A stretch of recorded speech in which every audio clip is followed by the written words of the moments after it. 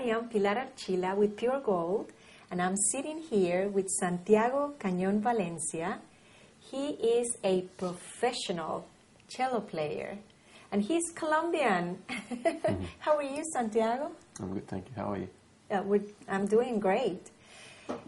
Santiago, I met Santiago through his aunt, and I'm sure everybody knows his aunt. She's Margot Prada.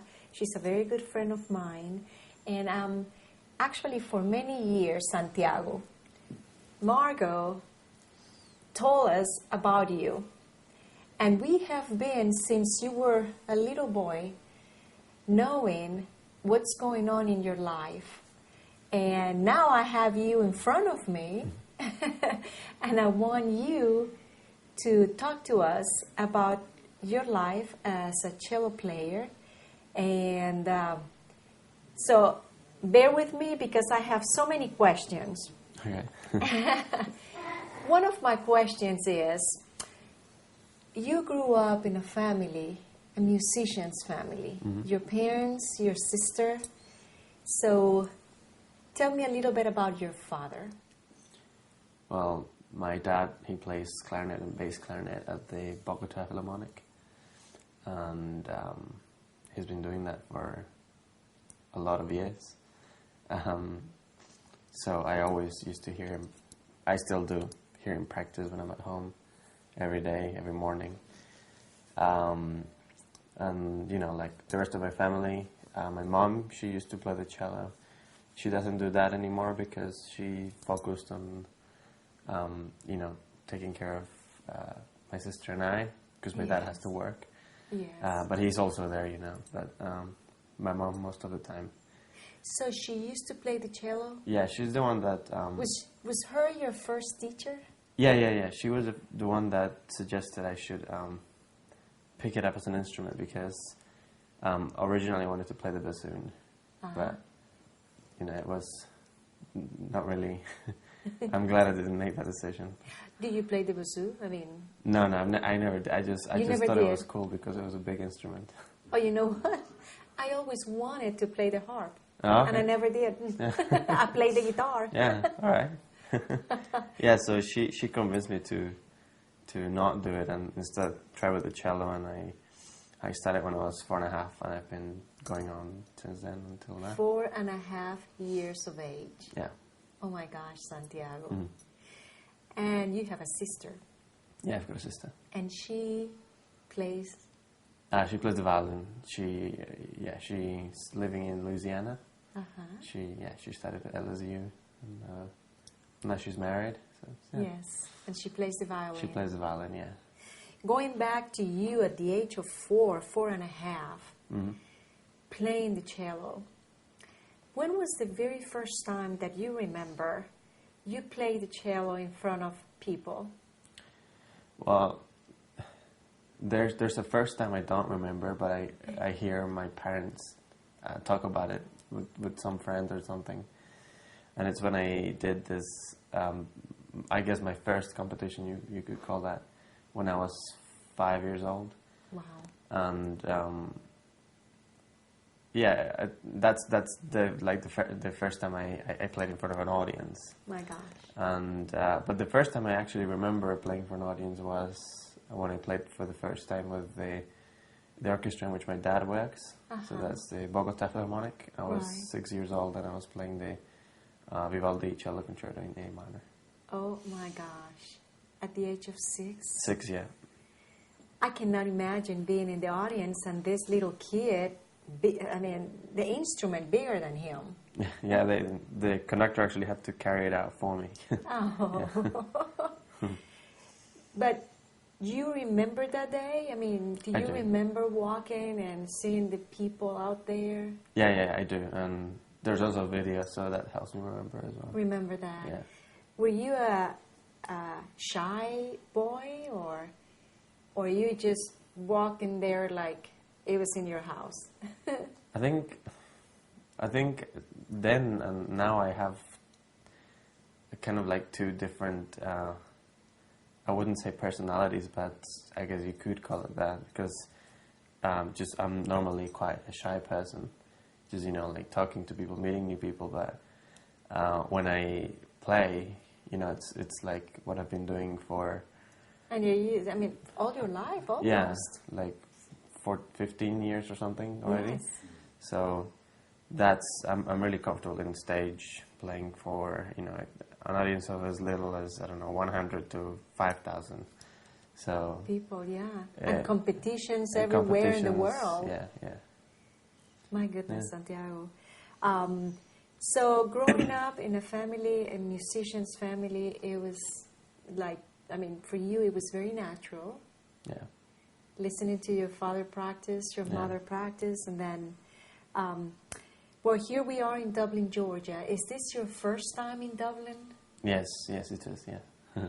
And for you, coming to Dublin, playing for us, it was one of your aunt's dreams to have you here.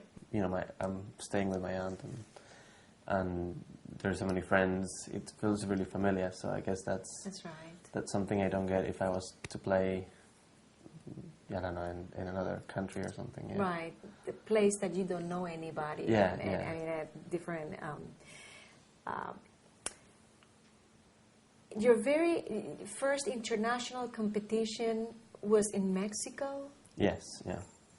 Tell me a little bit about that. I know you were 11 years old. Yeah, it was my first, you could say, big competition. And let me tell you something. Trust me. I remember that day, like we were all excited about you at that age, going to Mexico and competing. Oh, thank you. Yes. Well, yeah, it was my first competition experience. Yeah, and you know, I don't remember very well how I played or anything, but I remember it was a very nice experience, and it certainly helped me with all the other competitions that would come after that, and just, you know, also performing and everything. Because I remember that time I was quite nervous, you know, because I was aware it was a competition, and but it certainly did help. Really, really a lot. Yeah, it's different to play just in front of an audience just because you're playing, but when you know you're competing, that put a little bit of nervousness in there. Yeah. Recently, you went to Budapest, and this is back in September, just about a month ago. Yeah. And that was another competition. Yeah, that's the latest one I've done. It's the Pablo Casals International Cello Competition, which is a pretty big competition for cellists, and you know, that was a terrific experience. I placed third, so it was good. My it was goodness. Really good, yeah. Yes, and again, it was, I think for like a couple of days, 4 days or so, we were just rooting for you. We wanted badly to see you, and I know you have traveled all over the world, but where are you living now? As of now, I'm living in Dallas, Texas. I'm studying there at the moment. Yeah. Okay. So you're always studying. Yeah. And you know, that was another question that I have that I'm going to do after we take a little break. But I would like for you to tell us a little bit about all the teachers you had through the years, beginning, of course, with your mother, your very first teacher. And I would like to hear about that. Okay. Please don't go away. We'll be right back.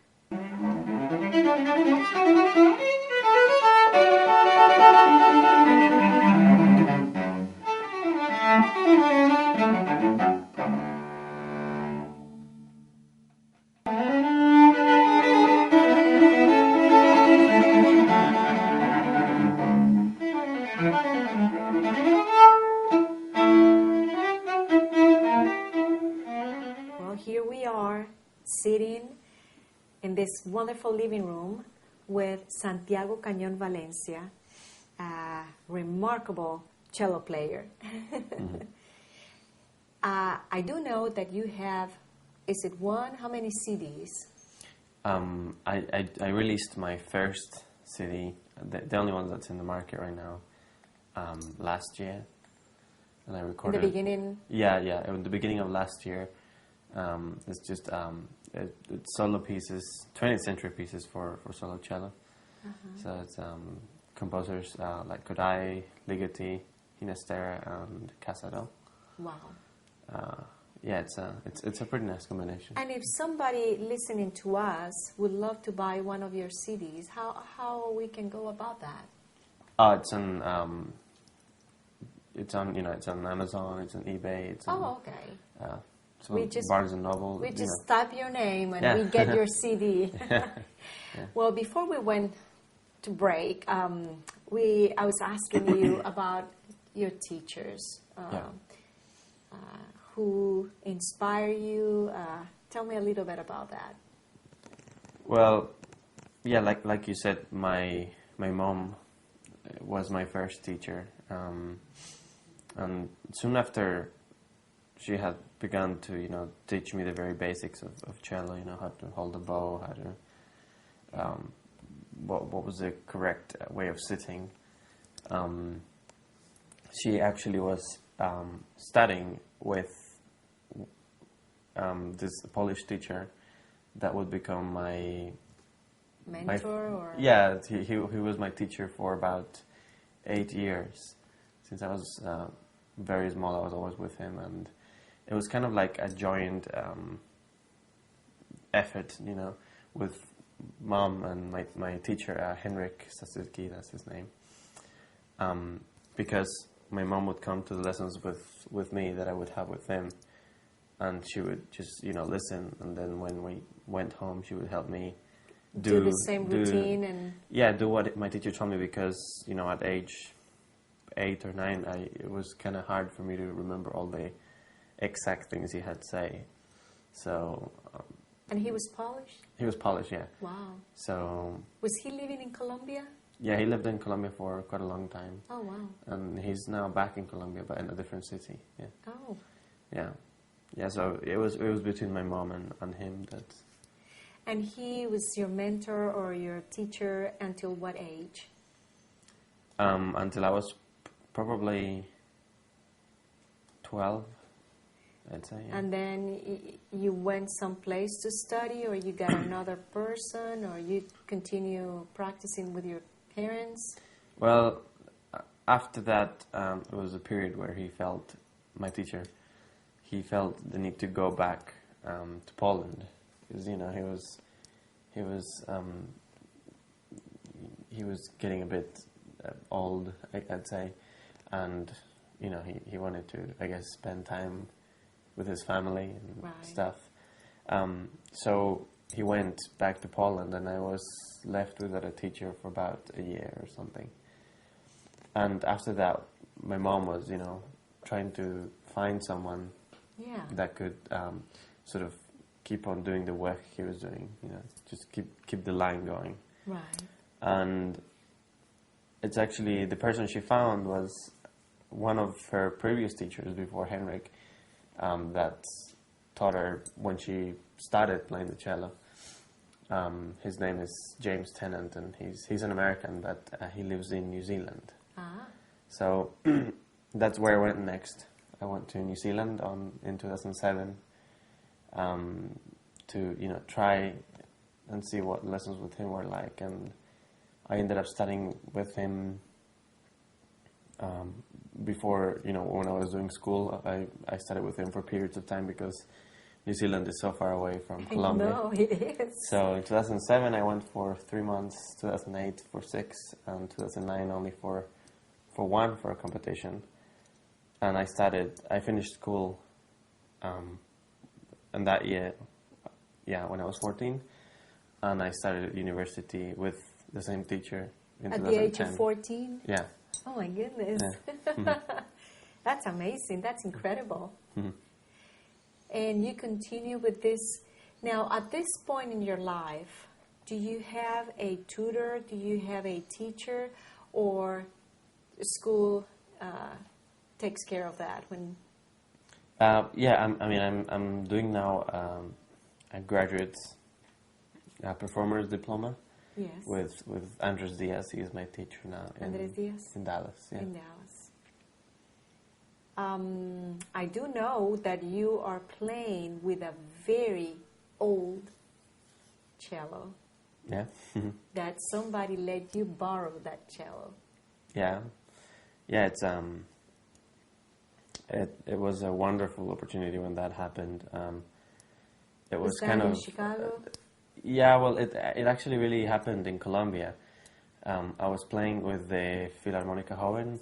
I was doing a tour with them, and they always have these like mentors. They get, famous people to come and help them with, with orchestra and all these things, and give them master classes and stuff.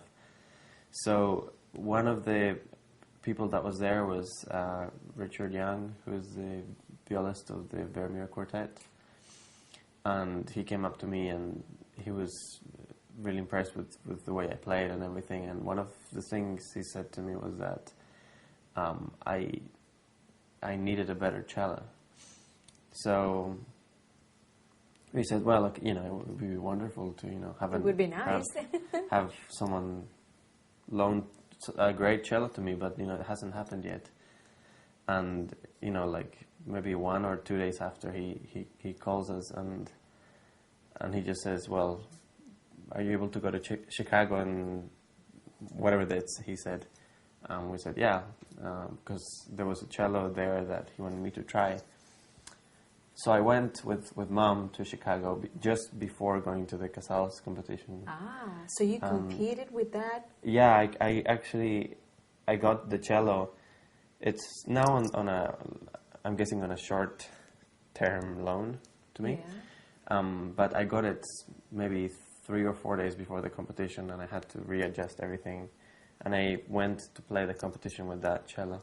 Wow. And yeah, it was great. Well, let me tell you, and I know that everybody over there is dying to hear you playing. Mm-hmm. I mean, we have been talking to you about how great you are, but we want to hear you playing with that cello. Will you do that for us? Sure, yeah. All right. So we're going to listen to Santiago Cañón Valencia playing his cello.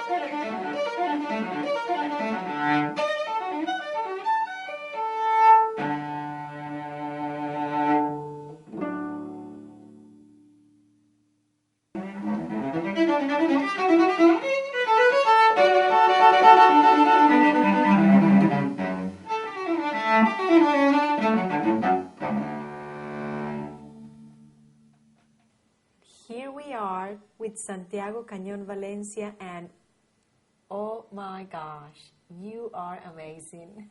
Thank you. You can really play that instrument. Thank you. Well, I have never heard you in person playing. I have seen your videos. I have heard your CDs. Never in person see you play, and I'm impressed. Thank you. Thank You're you. wonderful. I know you have traveled all over the world. I know you have been in competitions everywhere, in China, in Tokyo, New Zealand, Mexico. Out of all those places, Santiago, that you've been, is there any particular place that holds space in your heart, and any particular competition that you remember, or anything that you can tell us? Well, I'd say of all those places, the only one of those that kind of has a place here for me would be New Zealand, because I spent so many years there. Living there. I met some great people there. So, and the country is beautiful, just beautiful. So, that for me would be, I think of New Zealand as kind of like my second home. Yeah. Even though I'm not studying there anymore, and I don't know when I'll be back, but still I consider it my second home. Your second home. Yeah. Is there a lot of young adults that play the cello? Yeah, cello is. I've got many friends that I've met in competitions. Really, really talented people.